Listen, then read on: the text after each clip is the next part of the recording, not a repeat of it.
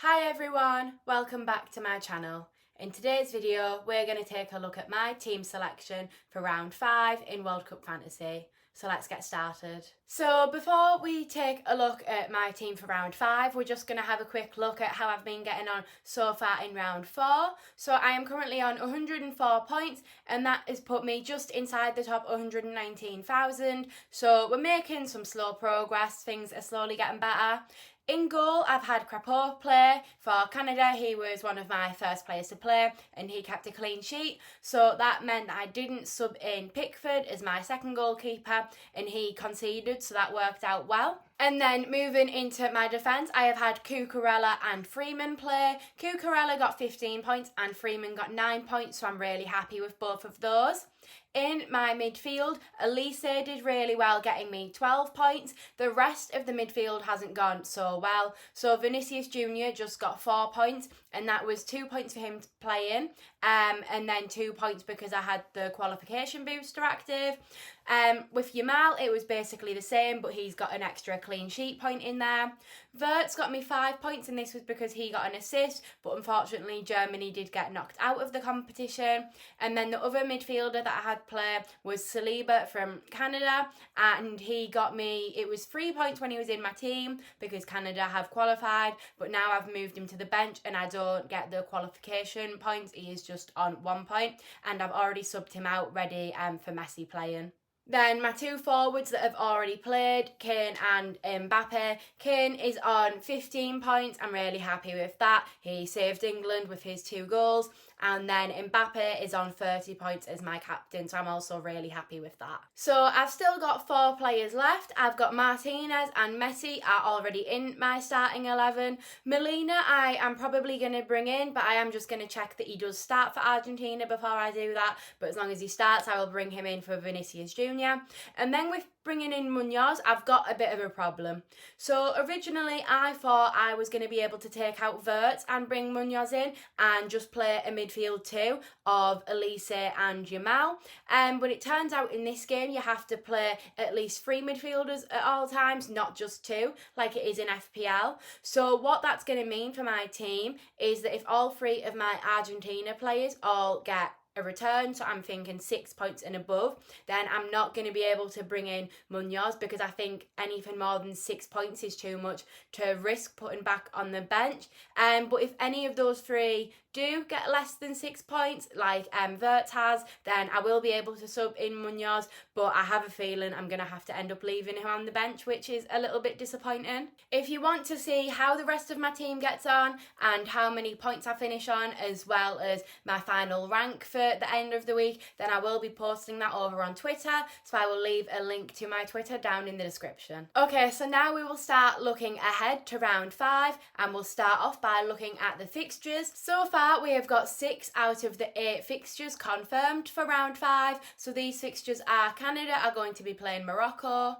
Paraguay are going to be playing France, Brazil are playing Norway, then Mexico will be playing England, Portugal are going to be playing Spain, and the USA are going to be playing Belgium. I have also got the projected goals and the clean sheet odds for these fixtures. These odds have come from FPL Joe's website, so I will leave a link to that down in the description, as these are live updating odds. So by clicking on the link you can check the live updates to see if they've changed at all. But right now for the projected goals, we've got France are at the top with 2.64 projected goals. And then Brazil have got 1.95 projected goals. Spain are on 1.8.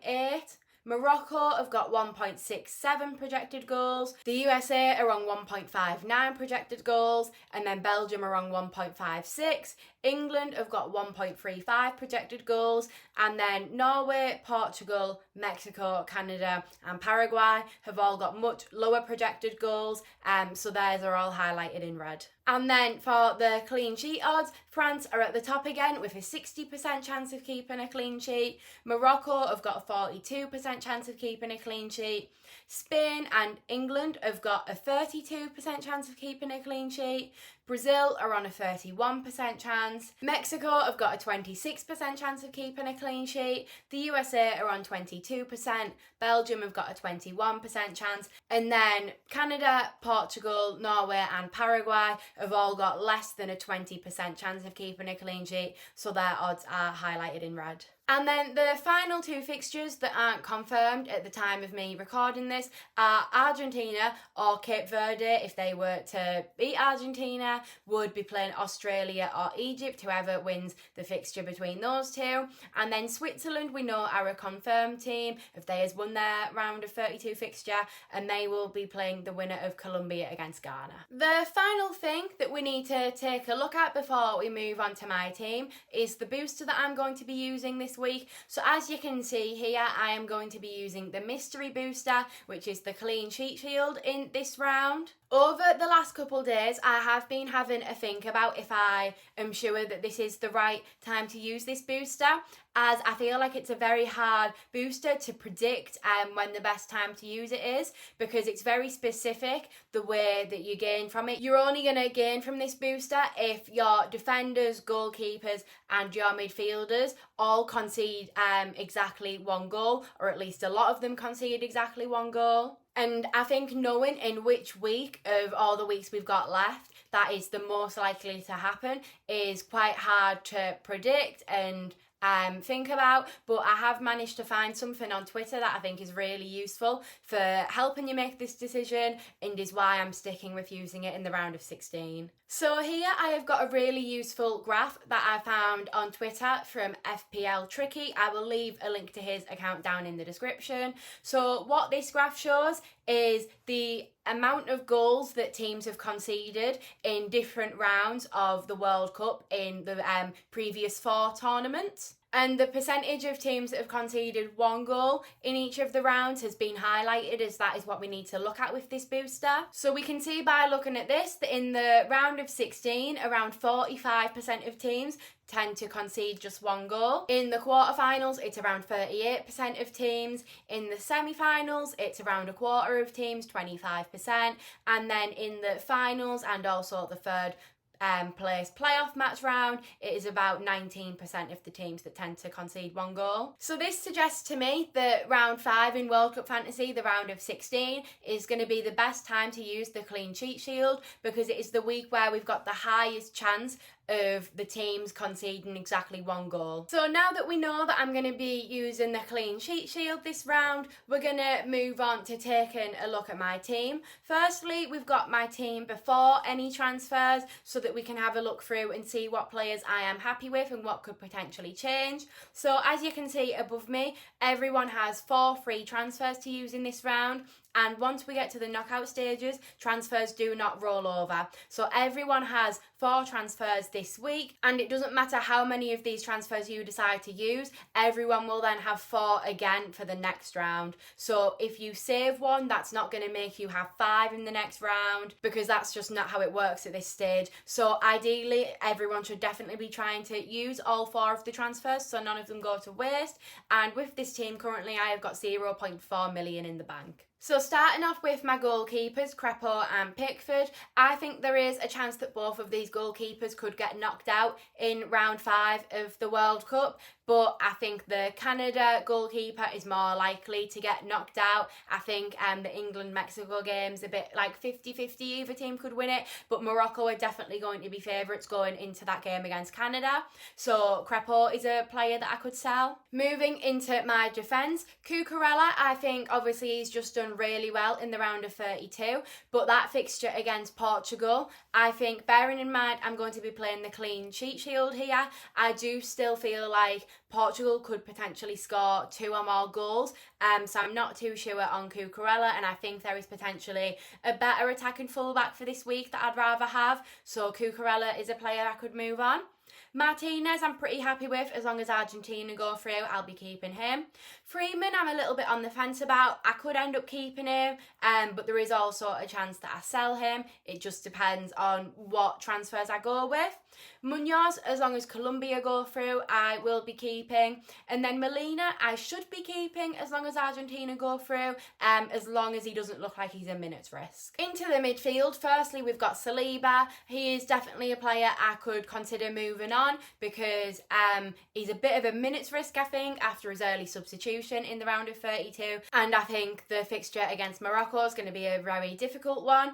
Elise, I'm very happy with. I'm planning on keeping. The same for Vinicius Jr. With Yamal, similar to what I said with Cucurella, I think that Portugal fixture is going to be a trickier one, and so I could definitely move on Yamal from my team. And then finally, Wirtz needs to go because Germany have been knocked out. And then with the front three, it's very simple. Kane and Mbappe are definitely staying, and Messi will be as well, as long as Argentina beat Cape Verde tonight. And then moving into my possible transfers. So here I have used 3 out of my 4 transfers, and it has left me with 0.2 million in the bank. So these transfers are Cucurella to Hakimi. He's the attacking fullback that I was speaking about when I was saying about not being too sure on Cucurella. I think this fixture against Canada has a higher chance of Morocco conceding only 1 goal or keeping a clean sheet, and Hakimi is very, very attacking, so there could potentially be a huge haul here for him. And then my other 2 transfers are moving on my second Spain player, so that's Yamal going for Dembele to come in,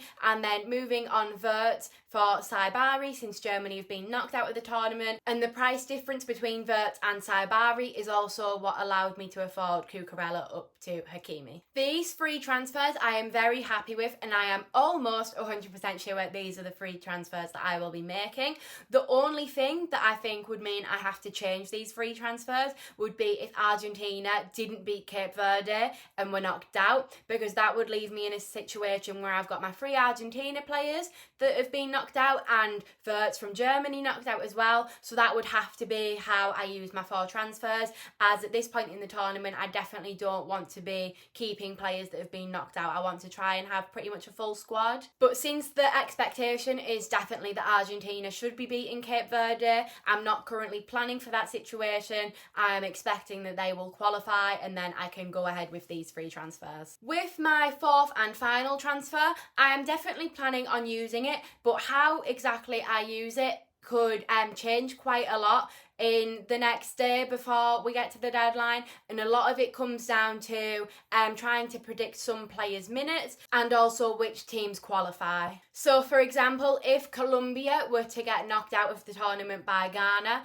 then the obvious way for me to use this 4th transfer would be on removing my knocked out player Munoz, so that I can have a full squad. If Colombia stay in the tournament, which is what I do currently expect, then another way I could use this 4th and final transfer would be on selling Freeman. And because I've only got 0.2 million in the bank, I am a little bit limited on who I can buy for Freeman. So the main option I'm currently considering would be buying Medina from Argentina to replace Freeman with, and then I would have a triple up on the Argentina defence. But I'm still not sure if it's going to be Medina or Tagliafico that starts for Argentina, but hopefully in the game tonight one of those 2 will play and get 90 minutes, and then that will give us a more clear idea on who is nailed. But if it is Tagliafico, because he is 4.3 million in the game, I wouldn't be able to afford him, and I would probably either need to see if there is anyone else I'd like to move Freeman onto, or potentially move on to another option altogether for the 4th transfer. So something else that I could do with the 4th transfer would be move on Saliba, as he is a player that I don't really think I want going forward. Obviously I'm bringing in 2 Morocco players because I think they're the favourites for this fixture, and I see them being the ones to progress, and I'm not sure Canada are going to do very well against them. So moving on to Saliba is definitely something I would like to do. But because I've only got 0.2 million in the bank, like I said when I was speaking about moving on Freeman, I am quite limited in my options here, and I've only got 5.3 million to spend.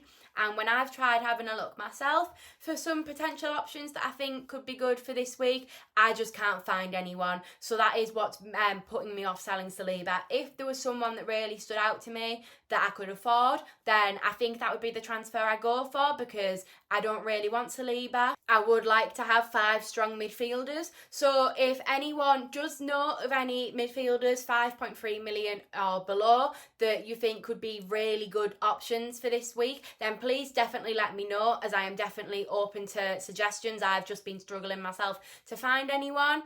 So as it stands, I don't think I'll be selling Saliba, but if anyone does find any suggestions that I really like, then that is probably what I'll do. And then the final way that I could use this 4th transfer, if I can't find anything else to do with it, would be selling Crepeau, and I would sell him to one of the 3.5 million goalkeepers. I think it would probably be the Paraguay one, and this would give me more funds ready for round 6. So obviously I am not expecting Paraguay to do well at all against France. I'm not expecting to get any points from a Paraguay goalkeeper, even with the clean sheet shield active. So it might seem a little bit confusing as to why I'd consider bringing him in. But it would basically just be creating a dead spot in my team. So like we quite often have in FPL, people's second goalkeeper will usually be a 4 million goalkeeper. Some years we get lucky and there is someone that plays, like last year we had Dubravka was playing and he was first choice for most of the season and he was 4 million,